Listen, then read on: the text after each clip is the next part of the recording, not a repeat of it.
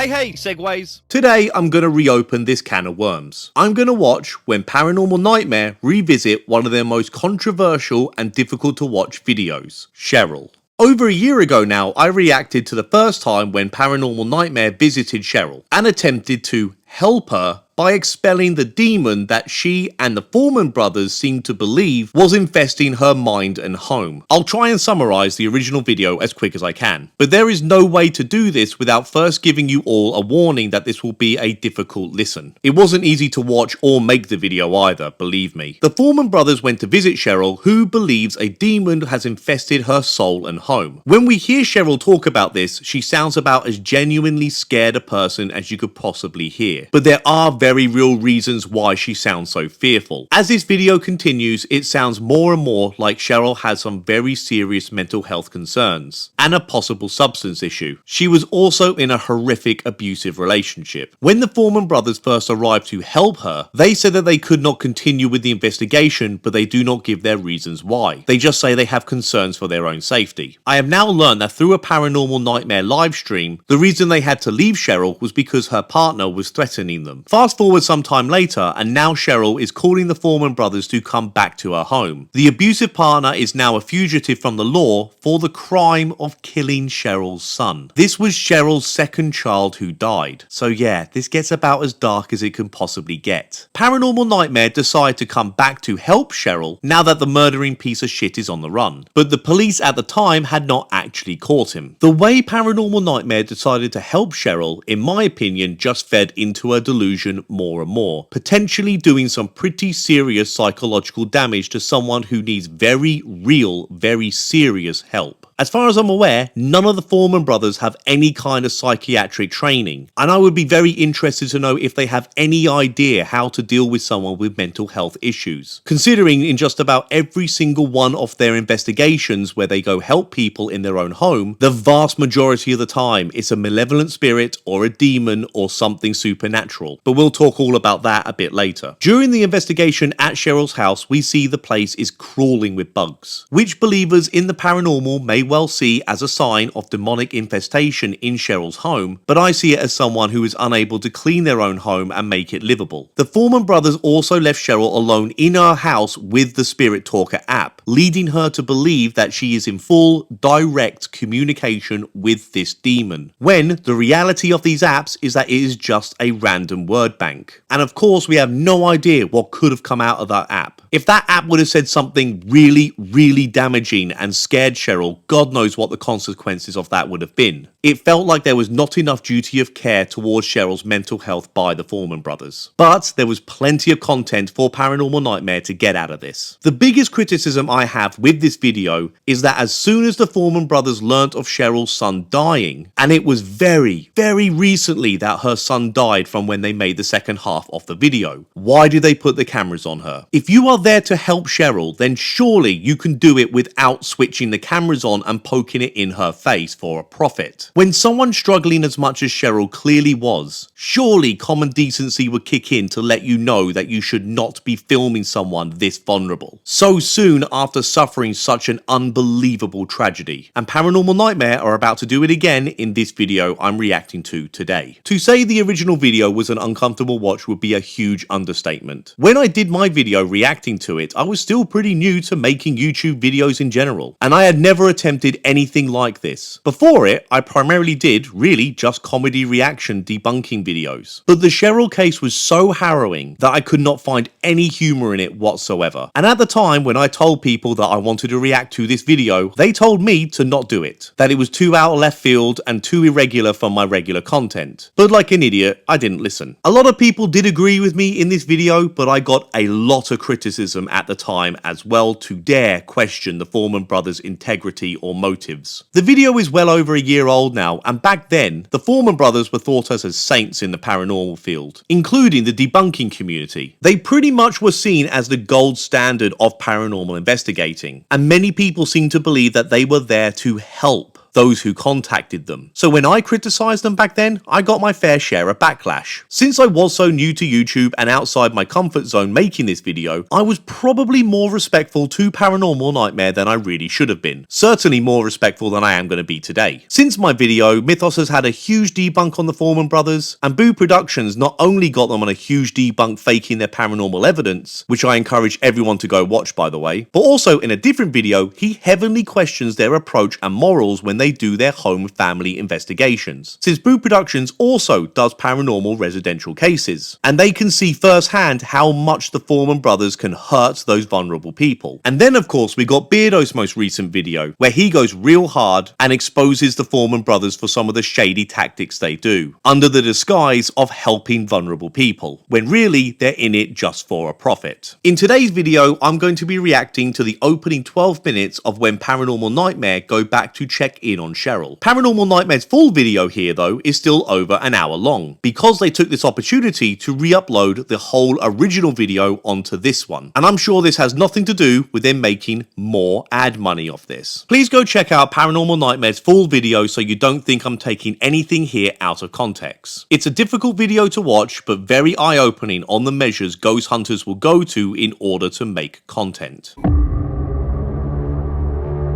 Straight in with the drama.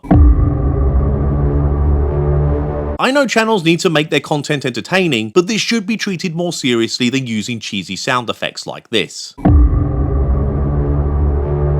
Turn right, then the destination is on your right. Okay, so we are back in Toledo, Ohio. Unfortunately, Cheryl has been doing some very disturbing stuff, which is why we are back up here tonight. So we're gonna go in and see what she's been up to. It looks completely different in here. It looks good. Trying. You've been doing some work. You look better. Cheryl definitely looks much better 7 months after the investigation. The home looks better too, which is a huge relief. I believe I've heard that Paranormal Nightmare did pay for bug exterminators to come in to help Cheryl's living conditions. I am going to be critical on Paranormal Nightmare's treatment of Cheryl, but I'm very glad they did this, so I have to report on it. Fair's only fair. So you got ghost tube going? Yeah. I'm scared. I'm scared.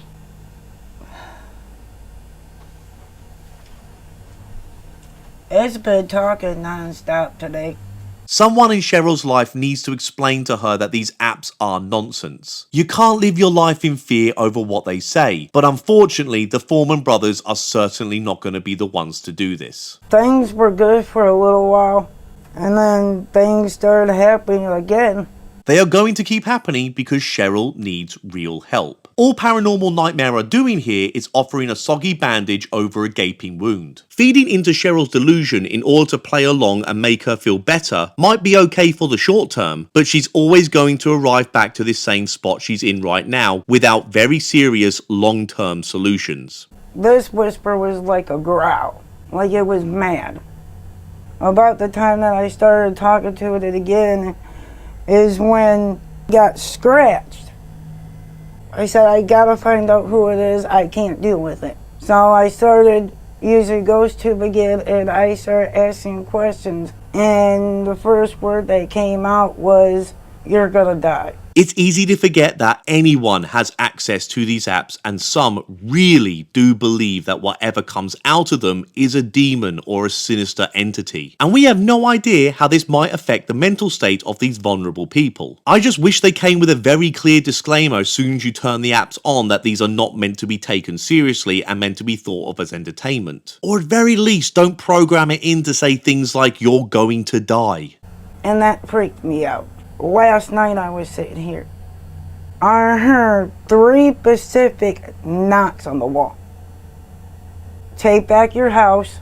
Let it know you're not playing. And so I turned GhostTube on and I said, "You're gonna leave my home. It's here with us." Do the Foreman brothers really believe these apps, or are they just playing along because they know without them they don't have a show? If they don't believe in them and they're not telling Cheryl that they are nonsense to put her mind at ease, then that's just disgusting. After that, that's when it really ramped up. Making me relive my son's death and my dad's death, telling me in my dreams, "This is gonna be you, you're not gonna live your life." Nobody loves you, nobody likes you, everybody hates you, God hates you. He's all in my head. My heart still goes out to Cheryl. There are plenty of demons, but they are all metaphorical and not literal. She needs a good therapist to help her, not the Foreman brothers sticking cameras in her face. Just imagine filming someone to make money off them while they're pouring their heart out to you like this. He'll bring up things that has happened already. Can you get me the holy water? Fucking holy water? Cheryl is talking about reliving the trauma of her past, and these guys want to give her holy water. This is like medieval thinking right here. Everything must be supernatural to these fellas, when they know full well why Cheryl is struggling the way she is. Any one of us would probably be in the same place that Cheryl is at right now if we had to go through the horrors that she has been through. Throw potential substance abuse into the mix, and this is going to be the result. And just so you guys, the viewers, know, Cheryl and I have stayed in contact basically since day one, right? Right. I mean, we talk literally once a week, and so we thought it would be a good idea to get back up here with Cheryl, see what's going on before things kind of spiral back to where they were before. On one hand, I can't help but think the reason they went back to Cheryl is just for more content. You can do a wellness visit without cameras, surely. But on the other hand, I am glad that Josh stays in touch with Cheryl. Unfortunately, I don't think she has too many people to talk to in her life. I closed my Bible and I put it away. I couldn't touch it. Made a lot of notes concerning your case, and we can go through some of this stuff if you don't mind. It'll help you understand how these things work, what we can do as individuals to protect ourselves. Mm-hmm. Because I think with you become like so dependent on us. But you have to understand, like my brothers and I, we're nobodies.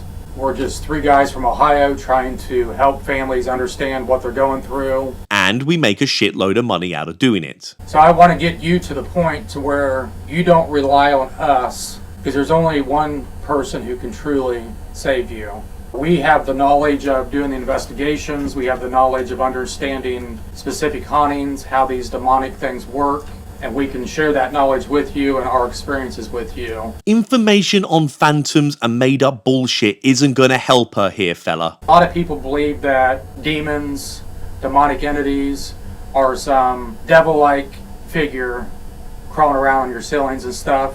Demonic activity can take different forms. It doesn't necessarily mean that there's a demon in your house. Yeah, I mean, why would anyone think there's a demon in Cheryl's house when Paranormal Nightmare went with this as their thumbnail for the video? What would ever give anyone the impression that there is an actual demon in Cheryl's house? Not to mention the actual investigation, they claim that there was a demon in her house. They called it out and provoked it non-stop. You're a freaking coward. You are too weak. You're a piece of crap. I know that. I think you're worthless. Come on, coward.